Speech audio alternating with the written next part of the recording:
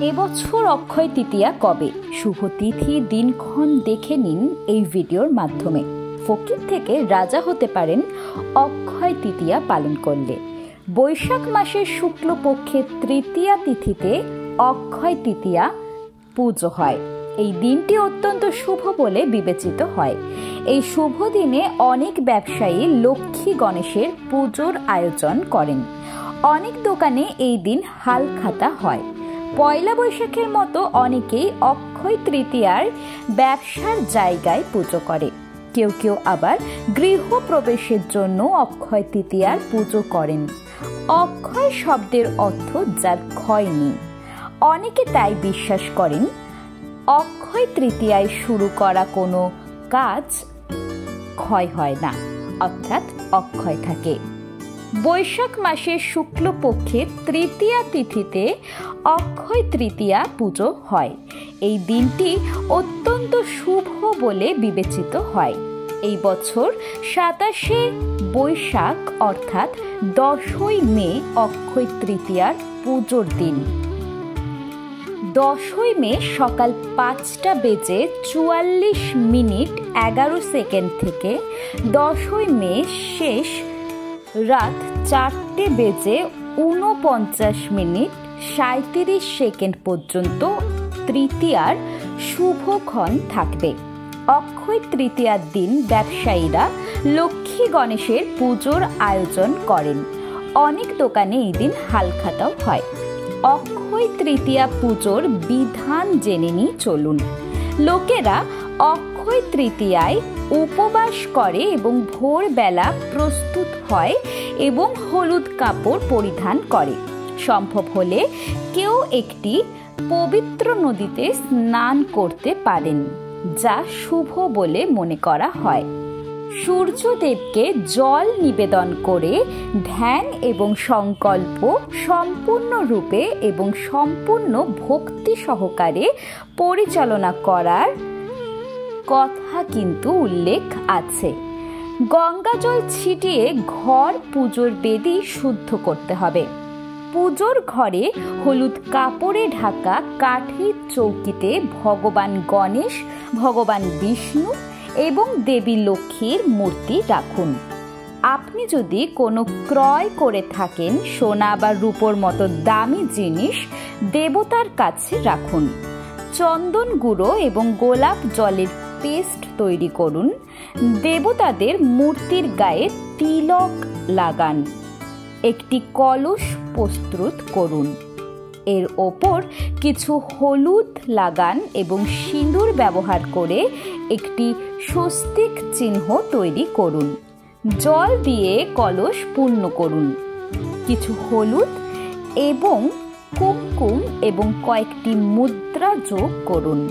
একগুচ্ছ আম পাতা কলসে রাখুন। পাতাগুলো ওপরের দিকে মুখ করে রাখবেন।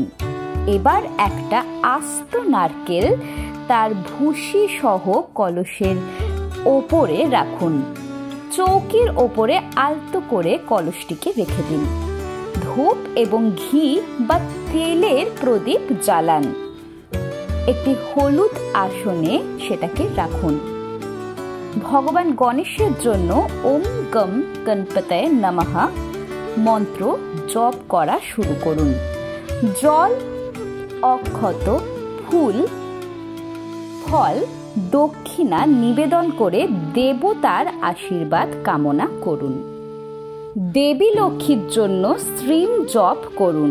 ভগবান বিষ্ণুর সাথে সম্পর্কিত পাঠ করুন, যেমন বিষ্ণু সহস্রনাম বা বিষ্ণু চালিসা। দেবতাদের প্রার্থনা, জল, অক্ষত এবং ভোগ নিবেদন করুন। ভগবান বিষ্ণুকে এবং লক্ষ্মীকে সিঁদুর অর্পণ করুন। পুজোর সময় ভগবান বিষ্ণুকে চন্দন, ফুল, ধূপকাঠি এবং তুলসী এবং দেবী লক্ষ্মীকে একটি পদ্ম অর্পণ করুন। দুধ, চাল বা ডালের মতো উপাদান দিয়ে বাড়িতে ভোগ তৈরি করুন এবং দেবতাদের কাছে নিবেদন করুন। পরিবারের সাথেই কিন্তু বাড়িতে আরতি করবেন। সকল সদস্যদের এরপর প্রসাদ বিতরণ করবেন। চলুন জেনে নেওয়া যাক অক্ষয় তৃতীয়ার দিন কি খাবেন। অনেকেই অক্ষয় তৃতীয়ায় উপবাস করেন। উপবাসের অর্থ এই নয় যে একজনকে সারাদিন ক্ষুধার্তই থাকতে হবে। কিছু প্রথা অনুসারে লোকেরা এই দিন ভাত এবং মুগ ডালের খিচুড়ি খায়। কিছু খাবার আছে যেগুলো উপবাসের সময় খাওয়া যেতে পারে। তার মধ্যে পুরানপোলি, শ্রীখণ্ড, মালপোয়া, মোদক, চাকলি, গুজিয়া এবং মিষ্টি জাতীয় জিনিস খেতেই পারেন।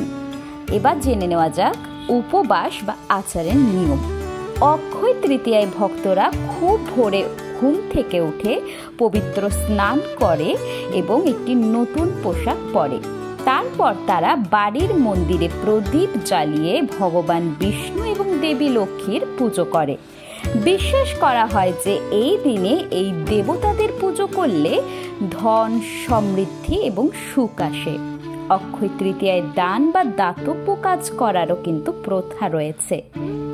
অভাগীকে দান করা এবং দরিদ্রদের খাওয়ানো একটি পুণ্যের কাজ বলে মনে করা হয়, যা দাতার সমৃদ্ধিকে বহুগুণ বাড়িয়ে তোলে। চলুন জেনে নেওয়া যাক অক্ষয় তৃতীয়ার দিন কিভাবে উদযাপন করবেন। অক্ষয় তৃতীয়া ভারত জুড়ে অত্যন্ত উৎসাহ এবং ভক্তির সাথে পালিত হয়।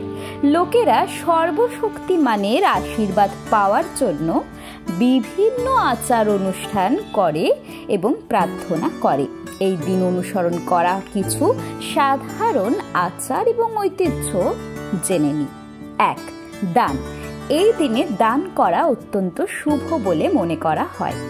লোকেরা যারা গরিব এবং অভাবী তাদের বস্ত্র, খাদ্য এবং অর্থ দান করে থাকে। 2. সোনা কেনা। অক্ষয় তৃতীয়া সোনা কেনার উৎসব নামেও কিন্তু পরিচিত। এটি বিশ্বাস করা হয় যে এই দিনে সোনা কেনা সৌভাগ্য এবং সম্পদ নিয়ে আসে।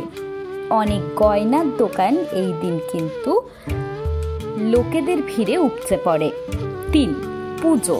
লোকেরা এই দিনে ভগবান বিষ্ণু, ভগবান গণেশ এবং দেবী লক্ষ্মীর পুজো করেন এবং প্রার্থনাও করেন। তারা মন্দিরে পরিদর্শন করেন এবং দেবতাদের ফুল, মিষ্টি এবং ফল দান করেন। 4. উপবাস। সর্বশক্তিমানের আশীর্বাদ পেতে অনেকে এই দিনে উপবাস পালন করে। কিছু লোক একটি সম্পূর্ণ উপবাস পালন করে, অন্যেরা দিনে মাত্র একটি খাবার খায়। 5. বৃক্ষরোপণ। অক্ষয় তৃতীয়ায় বৃক্ষরোপণ অত্যন্ত শুভ বলে মনে করা হয়। বিশ্বাস করা হয় যে এই দিনে গাছ লাগালে সমৃদ্ধি এবং সৌভাগ্য আসবেই।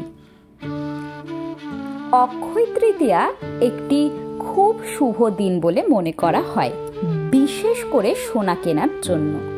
অক্ষয় তৃতীয়ায় স্বর্ণ ক্রয় করা একজনের বাড়িতে চিরন্তন সম্পদ এবং শান্তি নিয়ে আসে, তাদের ভাগ্যবান করে তোলে বলে বিশ্বাস করা হয়।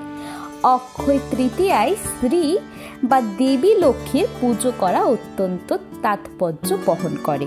ভগবান বিষ্ণু দেবী লক্ষ্মীর স্বামী অক্ষয় তৃতীয়ার ভগবান। উপরন্তু অক্ষয় তৃতীয়ায় উপাসকরা বৃন্দাবনে শ্রী বাকে বিহারীজির ধার্মিক পায়ের প্রতি শ্রদ্ধাও জানায়।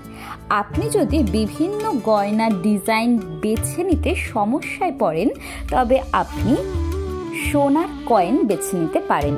অক্ষয় শব্দের অর্থ কখনো কমবে না বা চিরস্থায়ী। সোনার তৈরি কিছু কেনা অবিরাম সমৃদ্ধি নিয়ে আসবে বলে বিশ্বাস করা হয়। এই দিন আপনি সোনার কয়েনও বা রূপোর কয়েনও কিনতে পারেন। পৌরাণিক কাহিনী অনুসারে অক্ষয় পাত্র একটি পবিত্র পাত্র ছিল, যার শক্তি ছিল কখনোই খাবার ফুরিয়ে যাবে না, তা যতই নেওয়া হোক না কেন। বনে পাণ্ডবদের নির্বাসনের সময় সূর্য দেবতা এই পাত্রটি পাণ্ডবদের উপহার হিসেবে দিয়েছিলেন। মহাভারতের অক্ষয় পাত্রের কিংবদন্তি আজও অবধি আমাদের সমাজে চলে আসে। অক্ষয় তৃতীয়া আশা, নতুন সূচনা এবং সমৃদ্ধির উৎসব। এটি সর্বশক্তিমানের আশীর্বাদ কামনা করার এবং ইতিবাচকতা এবং আত্মবিশ্বাসের সাথে নতুন উদ্যোগ শুরু করার দিন। উৎসবটি ভারত জুড়ে অত্যন্ত উৎসাহ এবং ভক্তির সাথে উদযাপিত হয় এবং লোকেরা এই অনুষ্ঠানটি চিহ্নিত করার জন্য বিভিন্ন আচার এবং ঐতিহ্য অনুসরণ করে। অক্ষয় তৃতীয়ার তাৎপর্য মানুষকে নিজের প্রতি বিশ্বাস রাখতে এবং ভবিষ্যতে বিশ্বাস রাখতে অনুপ্রাণিত করার দিন। ভালো থাকুন, সুস্থ থাকুন।